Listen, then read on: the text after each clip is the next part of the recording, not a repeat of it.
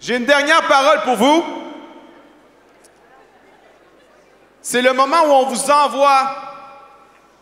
On vous a équipé pendant 2 jours et maintenant on vous envoie dans la moisson du Seigneur. Cet après-midi, je veux vous parler de la puissance du Saint-Esprit pour le réveil. La puissance du Saint-Esprit pour le réveil. Combien veulent voir un réveil dans leur famille, dans leur communauté, dans leur école, dans leur village? Combien veulent voir un réveil dans la Suisse francophone? Combien veulent voir ça? La puissance du Saint-Esprit pour le réveil. Lorsque je voyage un peu en Europe, même aux États-Unis, on me demande de parler de notre église La Chapelle parce que dans les 6 dernières années, on a une église qui a grandi quand même assez rapidement. Maintenant, 1700 personnes les dimanches. En 5 ans, on a baptisé 556 personnes. C'est fou, 556 personnes en 5 ans. Et les gens me demandent, mais comment ça se fait? Comment c'est possible? Pourquoi? Et avant, j'avais des réponses. Avant, je disais, ah, mais c'est à cause de ça, c'est à cause de ça. Mais vous savez quoi? J'ai plus de réponse. Je crois que c'est l'œuvre du Saint-Esprit. Il n'y a rien qui peut remplacer l'Esprit de Dieu. Il n'y a aucune méthode, il n'y a aucun band, il n'y a aucune musique, il n'y a aucun prédicateur qui peut remplacer la puissance du Saint-Esprit. Et si on veut voir un réveil dans ton église, dans ton groupe de jeunesse, si on veut voir un réveil en Suisse francophone, si on veut voir un réveil en francophonie, ça va nous prendre la puissance du Saint-Esprit. Ça va nous prendre de vivre à nouveau, encore, revivre encore la Pentecôte, acte 2, où le Saint-Esprit a été déversé.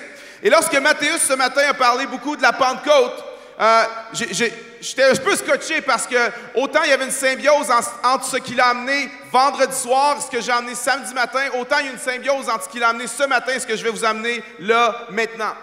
Je veux que tu puisses comprendre qu'est-ce que ça veut dire la Pentecôte. La Pentecôte, c'est plus qu'un feeling. C'est plus qu'un frisson. La Pentecôte, c'est plus que parler en langue. C'est plus que ça, savais-tu? La Pentecôte, c'est plus que parler en langue. Pour la Pentecôte, il faut retourner 1500 ans avant Jésus-Christ. Moïse, le prophète de Dieu, conduit le peuple d'Israël dans le désert.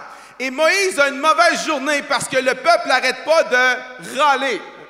Nous, on dit chialer. Chialer au Québec, c'est râler, OK? Le peuple n'arrête pas de chialer. Le peuple n'arrête pas de râler. Et Moïse en peut plus. Il dit, Seigneur, ce peuple-là me tape sur les nerfs. Tue-moi, je suis plus capable.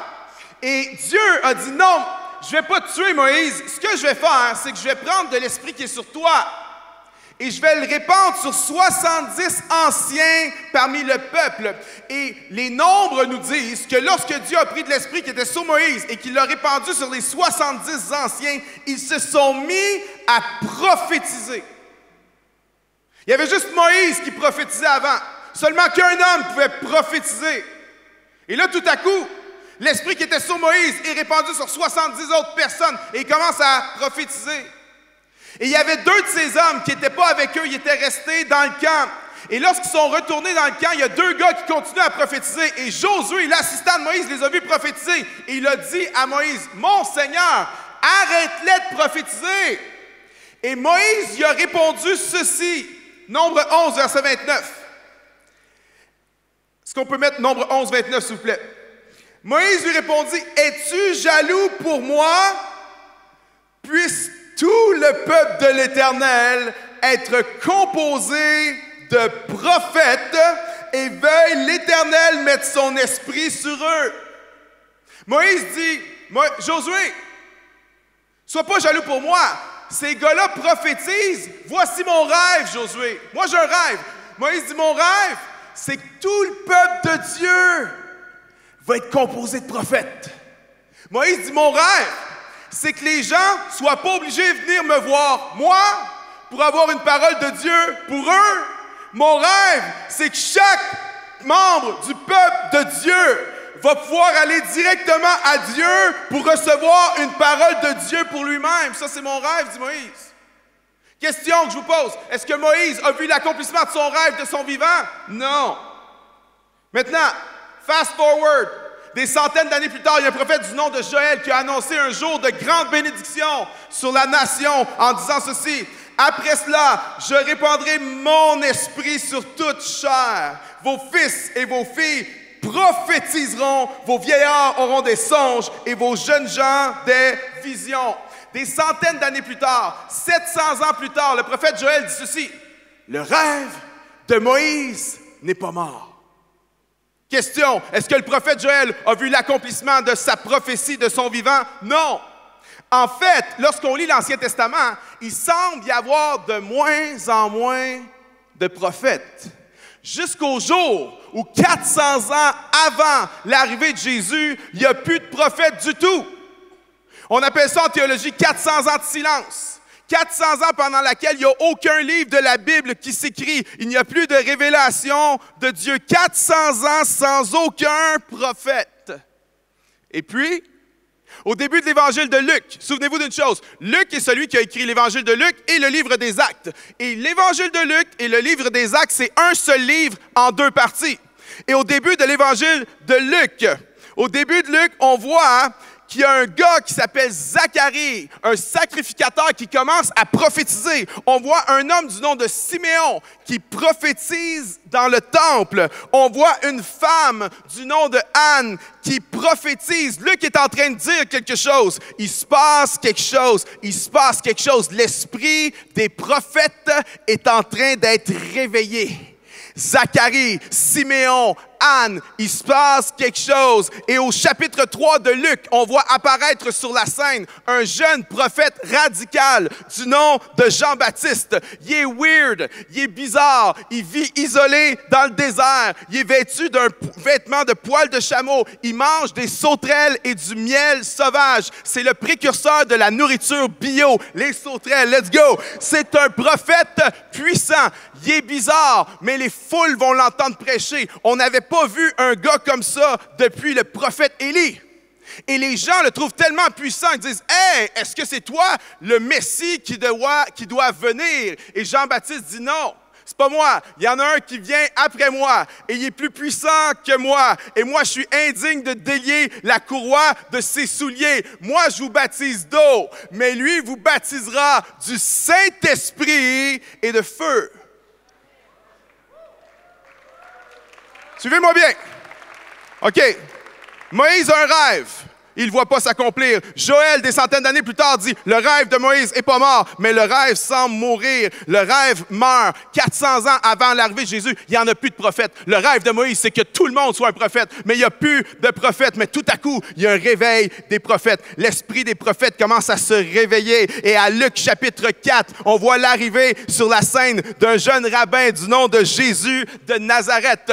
Et l'évangile de Luc nous présente Jésus comme le prophète. Pas un prophète, mais le prophète. Il y a une révélation plus grande que celle de Moïse. Il fait plus de miracles que le prophète Élie. Il ressuscite plus de morts que le prophète Élisée. Il n'est pas seulement un prophète, il est le prophète. Il ne fait pas juste annoncer un Dieu qui pardonne, il pardonne lui-même. Il ne fait pas juste annoncer la résurrection, il ressuscite lui-même. Il ne fait pas juste annoncer un Dieu qui sauve, il sauve lui-même. Jésus est le grand prophète. Et l'Évangile de Luc nous présente Jésus comme le grand prophète. L'Épître aux Hébreux nous présente Jésus comme le grand prêtre. Et l'Évangile de Matthieu nous présente Jésus comme le grand roi. Est-ce qu'on peut applaudir notre roi, prêtre, prophète, le Seigneur Jésus?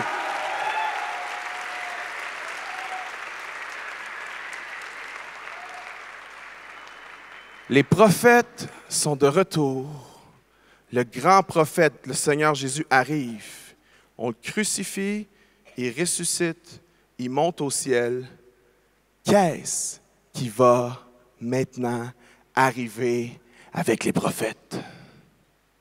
Est-ce que les prophètes vont disparaître encore?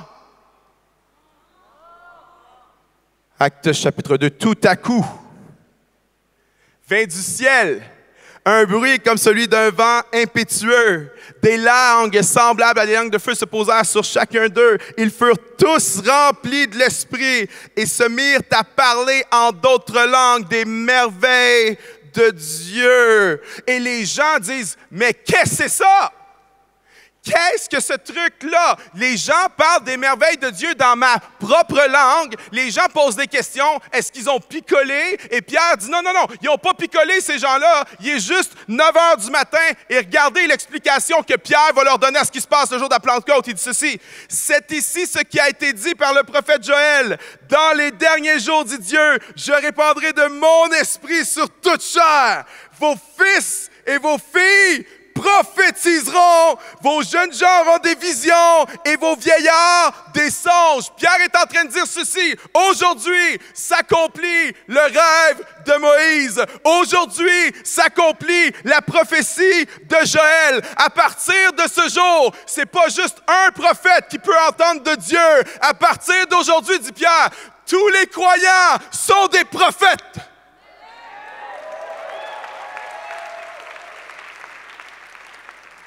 Savais-tu que tu es un prophète? Le point du livre des Actes, c'est que nous sommes une communauté de prophètes.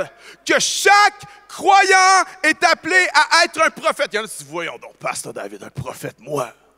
Mais non, le prophète, c'est celui qui a le ministère prophétique. Éphésiens 4, 11. Oui, ça, c'est un ministère prophétique. Oui, il y a des gens qui ont un don de prophétie. 1 Corinthiens, chapitre 14, don de prophétie. Mais au-delà de ça, le don de prophétie, c'est certain. Le ministère, l'office prophétique, c'est certaines personnes. Mais au-delà de ça, savais-tu que chaque croyant est un prophète? Si tu as l'Esprit de Dieu, tu es appelé à être un prophète. Et il est temps que cette génération réalise qu'elle a une onction prophétique et que tu es appelé à être un prophète qui parle de la part de Dieu autour de toi.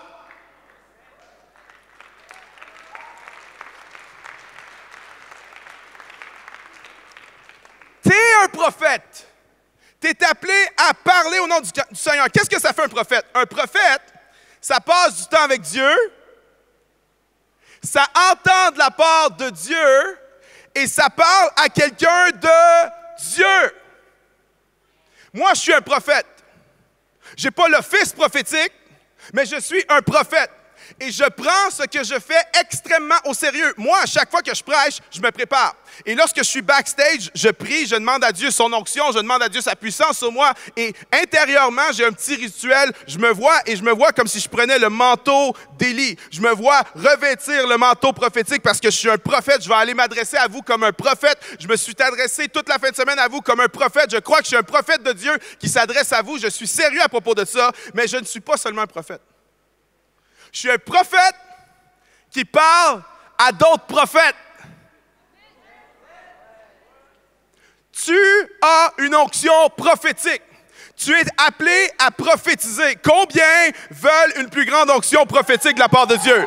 Combien veulent entendre de Dieu et parler de la part de Dieu? Ça, c'est notre appel en tant que génération. C'est ton appel et c'est le mien. Et c'est avec ça que je veux que tu repartes. Je veux que tu repartes avec un changement de paradigme. C'est pas le prédicateur qui est appelé à prêcher. C'est pas le prophète qui est appelé à prophétiser. Je suis appelé à être un prophète. Tu es un prophète. Que tu le veuilles ou non, c'est ton identité en Christ. Tu es un prophète. Et tu es appelé à parler de la part de Dieu. Parce qu'il y a des gens autour de nous qui ont besoin. Ils ont besoin d'entendre le message d'amour de Jésus. Ils ont besoin d'entendre le message d'espoir de Jésus. Et il faut qu'on sorte de ce lieu avec un changement de paradigme. Vous avez été, certains d'entre vous, évangélisés dans les rues. Vous avez constaté une chose. Les gens ont soif. Les gens ont soif de Dieu. Jésus a dit, la moisson est grande. Dites avec moi, Jésus a dit, la moisson est... Est-ce que Jésus a dit, le temps des semences est grand? Jésus a dit, la moisson est grande. C'est quoi la moisson? La moisson, ça veut dire que le fruit est mûr. La moisson, ça veut dire que le fruit est prêt à être récolté. La moisson est grande, ça veut dire qu'il y a plein de gens autour de nous. C'est pas qu'on a besoin de semer pour qu'ils viennent à Dieu. C'est qu'ils sont déjà prêts à venir à Jésus.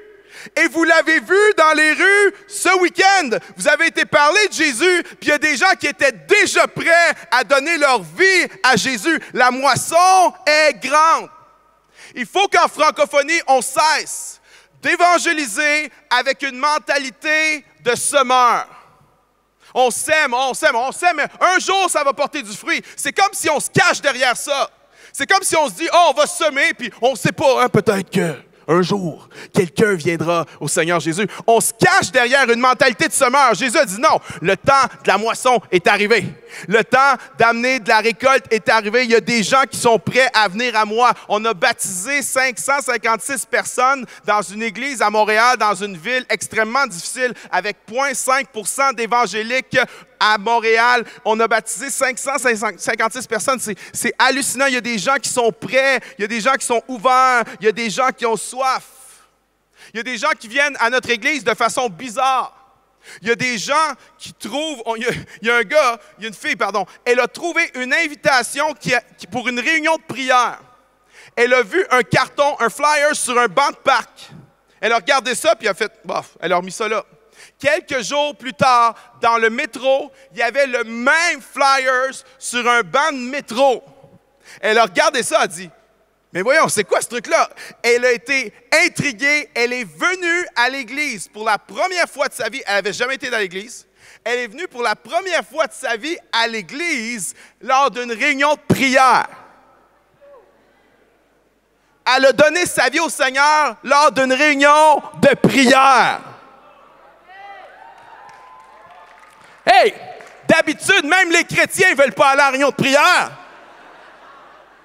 Et là, tu as un non-chrétien qui donne sa vie à Dieu dans une réunion de prière. Laisse-moi dire, ça, c'est le mouvement du Saint-Esprit. C'est qu'il se passe quelque chose. Vendredi soir passé, à la chapelle, on a fait une réunion de prière. Il y avait 240 personnes qui sont venues à une réunion de prière. J'ai jamais vu ça.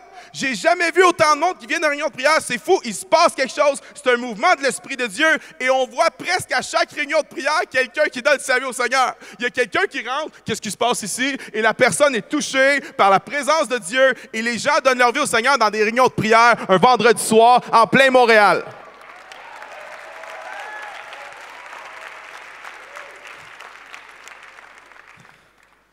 On a passé à la télé, ils ont fait un petit reportage sur nous dans une émission de télé. Et nous, notre énoncé, notre tagline publique, la chapelle, c'est « Une église pour ceux qui n'y vont pas ».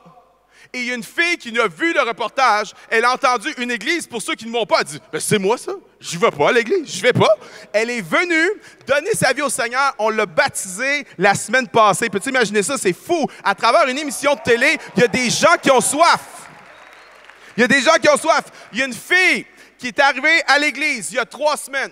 Elle est arrivée, elle vient me voir après la réunion. Elle dit « Pasteur, est-ce que je peux vous parler? » J'ai dit « Oui. » Elle dit « Écoutez, je suis tellement contente d'être ici. » Puis là, elle est en larmes. Elle pleure. Elle dit « Je ne sais pas ce qui se passe, je ne sais pas ce qui se passe. » J'ai dit « Qu'est-ce que vous vivez? » Ben, elle dit « Moi, je suis ici pour la première fois. » J'ai dit « Vous avez déjà été à l'église avant? » Elle dit « Non. » Vous avez grandi dans une église? Non. Elle dit « Je suis ici pour la première fois. » Puis elle dit « Cette semaine, j'ai parlé au bon Dieu. » Parce que nous, les gens qui ne sont pas chrétiens au Québec, ils vont dire le bon Dieu. Ils ne vont pas dire Dieu, c'est comme trop personnel, je ne sais pas, le bon Dieu, ça fait un petit peu plus distant.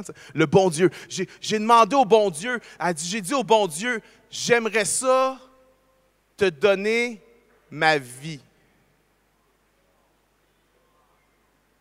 Puis elle dit, il y a quelqu'un qui m'a invité ici. Puis elle s'appelle Annie. J'ai dit, Annie, est-ce que tu voudrais donner ta vie au bon Dieu maintenant? Elle m'a dit, est-ce que je peux? J'ai dit, Annie, c'est sûr que tu peux. Tu peux donner ta vie à Jésus maintenant. Et on a prié ensemble et elle a donné sa vie au Seigneur. Les gens ont soif. La moisson est grande. Il faut que tu changes ta petite mentalité dans ta petite tête. Il faut que tu changes la mienne. Il ne faut pas qu'on parle de Jésus. Il faut qu'on parle de Jésus en s'attendant à ce que les gens viennent au Seigneur là. Mentalité de moissonneur. Les gens ont soif. Ne te laisse pas berner par le discours des gens. Moi, je te dis, 9 athées sur 10 qui disent qu'ils sont athées, c'est même pas vrai. C'est même pas vrai, ils sont pas athées. Ils vont dire qu'ils sont athées, puis quand tu continues à parler avec eux, tu leur parles de Dieu, Ils disent qu'ils sont athées, puis 15 minutes plus tard, ils vont te confronter sur ta vision de Dieu. Ils disent, non, Dieu n'est pas comme tu dis. Voici comment est Dieu.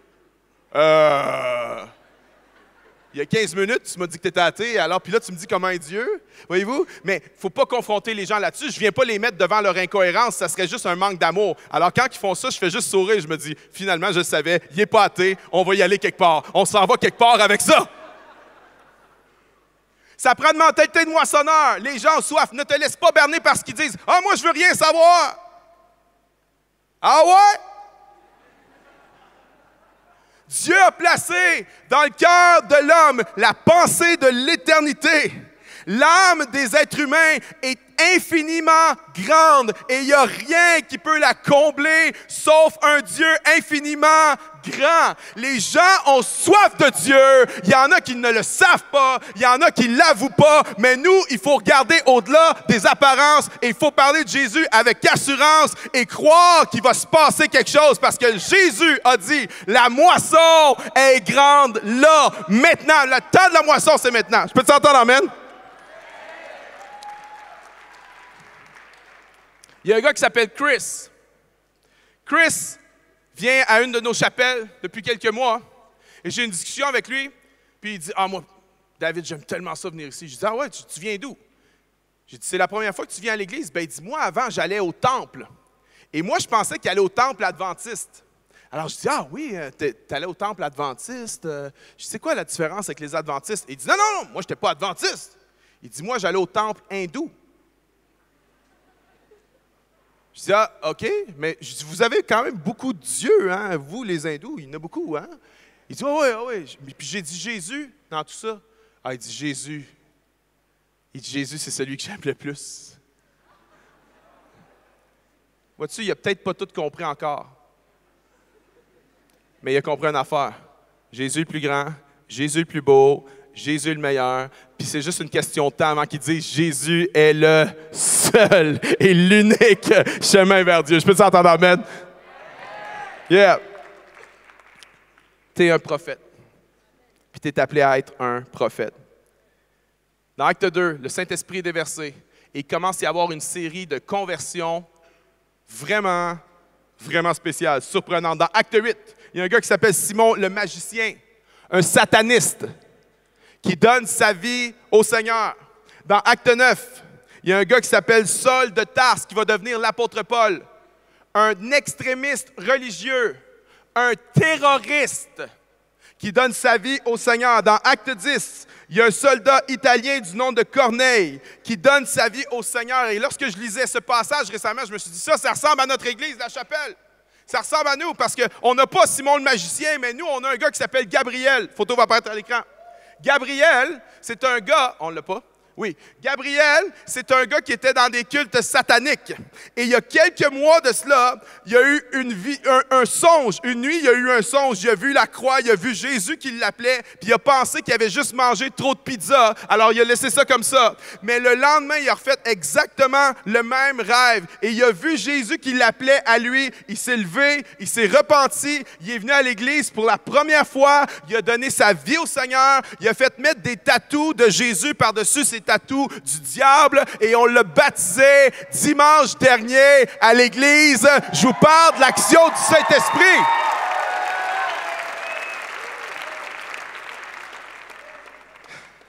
On n'a pas Corneille, mais on a un gars qui s'appelle Adriano, qui était un soldat italien dans les forces spéciales, un gars sans espoir qui souffrait du stress, syndrome de stress post-traumatique. Il est venu à l'église désespéré, un homme qui était violent, un homme qui était sombre, qui était noir. Une photo va apparaître de lui à l'écran, Adriano. Et Adriano, à Pâques 2017, rentre à l'église, entend le message et ça le défonce. Il donne sa vie au Seigneur. Il vient à Christ. Il change à vitesse grand V. Ce gars-là, j'ai jamais vu quelqu'un changer aussi vite que ça dans sa vie. On a l'ancien sataniste, on a l'ancien soldat italien. J'ai dit, la chapelle, tenez-vous prêts, parce qu'en 2019, la seule chose qui nous manque, c'est le terroriste qui vient à Jésus.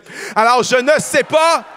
J'ai dit, est-ce qu'on va convertir le cousin de Oussama Ben Laden? Je ne sais pas. Mais il y a quelqu'un en quelque part qui est un futur apôtre Paul, qui est un terroriste, un extrémiste religieux qui va donner sa vie au Seigneur. Le Saint-Esprit agit encore aujourd'hui comme il agissait il y a 2000 ans lors de la Pentecôte. Le Saint-Esprit agit maintenant.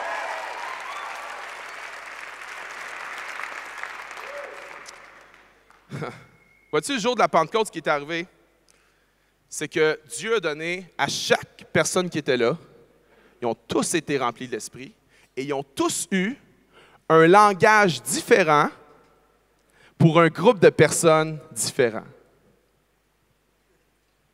C'est la même chose aujourd'hui. Lorsque tu es rempli de l'Esprit, une des manifestations, c'est que tu peux parler en langue. Mais j'aimerais te dire, c'est plus que ça. Je crois qu'il y a des gens ici, Dieu te remplit de son esprit pour que tu parles le langage de certaines personnes. Moi, je ne suis peut-être pas capable de parler le langage d'une jeune femme qui a été abusée sexuellement. Mais il y a des filles ici qui ont été abusées dans leur enfance, qui ont été guéries par Dieu, puis qui maintenant, remplies de l'esprit, parlent ce langage-là et peuvent aller amener le message d'espoir à quelqu'un. Moi, je ne sais pas c'est quoi de traverser un cancer, mais il y a des jeunes ici qui ont traversé un cancer. Puis Dieu veut te remplir de son esprit pour que tu parles ce langage-là avec quelqu'un qui a traversé le cancer. J'aimerais dire, il n'y a rien que tu vas traverser qui sert à rien. Chaque épreuve que tu vas traverser, c'est parce que Dieu veut utiliser ça pour faire de toi un prophète. Je termine avec ceci. Les gens sont prêts. J'ai invité l'équipe de louange à revenir. Les gens sont prêts, les gens ont soif. Est-ce qu'on peut se lever ensemble, tout le monde?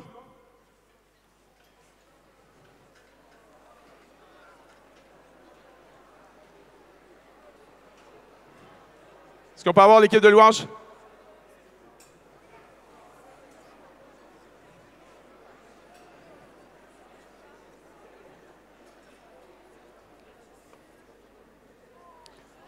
Il y a une onction prophétique que Dieu veut déverser sur toi pour que lorsque tu vas sortir d'ici, tu vas annoncer la parole de Dieu avec assurance. Il y en a, tu parles en langue. Il y en a, tu ne parles pas encore en langue. Moi, je veux déclarer que dans la prochaine année, si tu n'as pas reçu ce don-là, tu vas le recevoir. Mais l'apôtre Paul a dit ceci.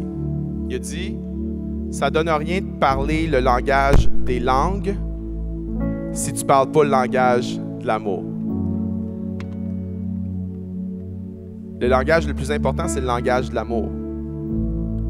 Alors, quand tu vas parler de Jésus, parle le langage de l'amour.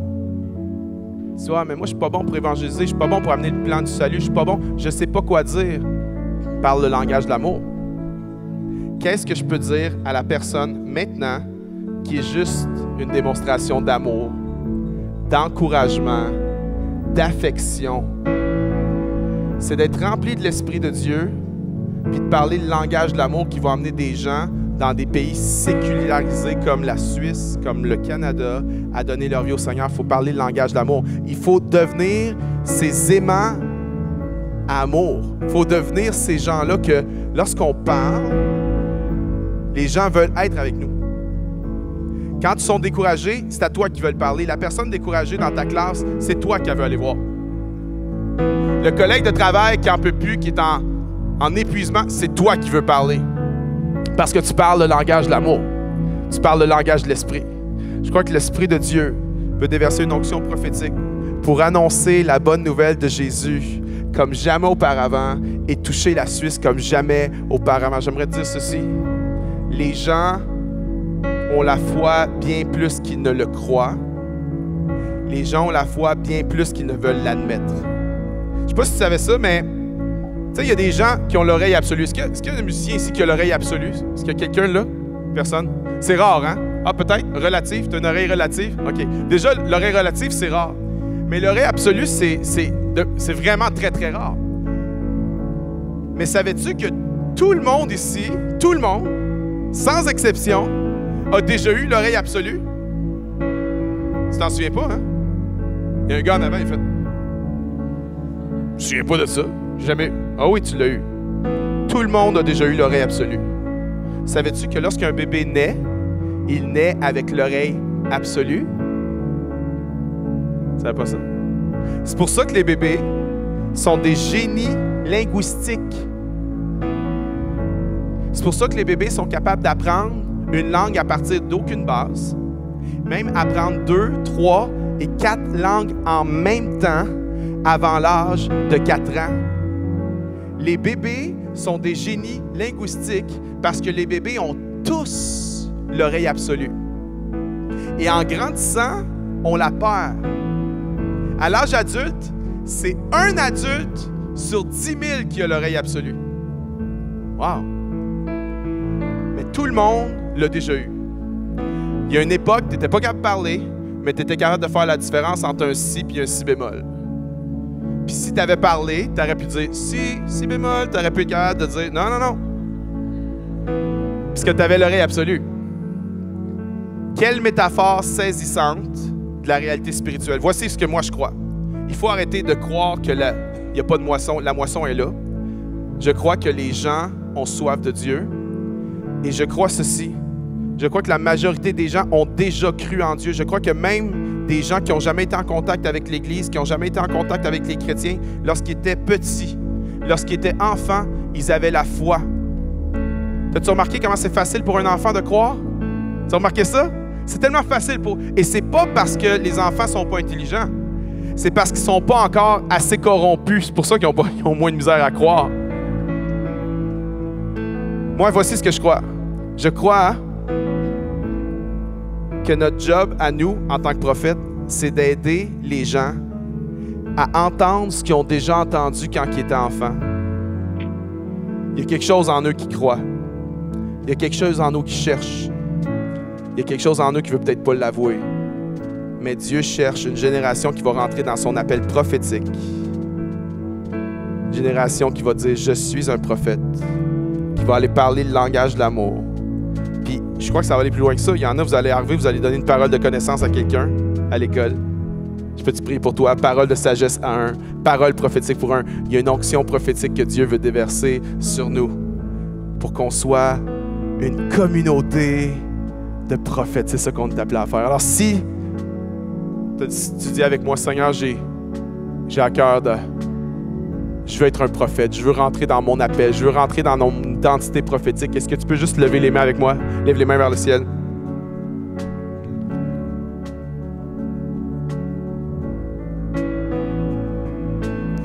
Seigneur, nous désirons être une lumière pour toi. Nous désirons entrer dans notre appel prophétique. Je te prie pour chaque personne qui est ici. Seigneur, nous refusons toute timidité.